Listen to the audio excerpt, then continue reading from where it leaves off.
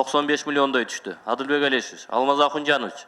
Эми аны элдер жардам катары бүт дүйнө жүзүнөн жыйнады, туурабы? Аны эми таратпайсыңарбы? Же ал жерде ата өтө жаман иштер болду. Эми кээ бирөөнүн үйү жок калды, кээ бирөөнүн баласы жок калды, кээ бир үй бүлөлөр эч кимиз толугу менен жок болду. Эми ошондо эми саясаттай кылып кетип атасыңар дейм. Ошол түшкөн акчаны таратып койбойсуңарбы дейм да. Ошо коомчулукта да туура эмес сөздөр кетип атат. Ошо бар акчаны же бир чечип айтып койбойсуңарбы? Же үй курабыз, же мынчадан бөлүп беребиз деп. Бул боюнча мамлекеттик комиссия бар. Азыр так 10 мартка карата 95,7 миллион сом түштү.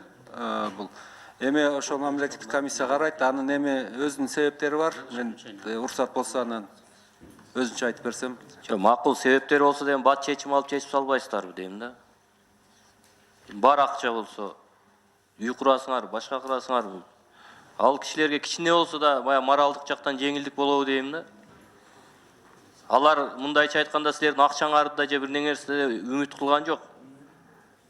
Просто ошо моралдык катары өзүбүздүн жарандар болгондон кийин жардам бериш керек.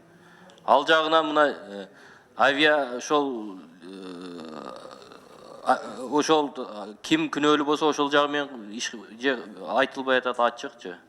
Сотко бересиңерби, же страховка төлөйбү, кандай кылат? Хотя бы ошо бар акчаны бөлүп берип койбойсуздарбы? Алмаз Акунжанович. Айтабыз анда. Эми баарыбыз эле көзөмөлгө алып турабыз, эми чечиңиздер аны.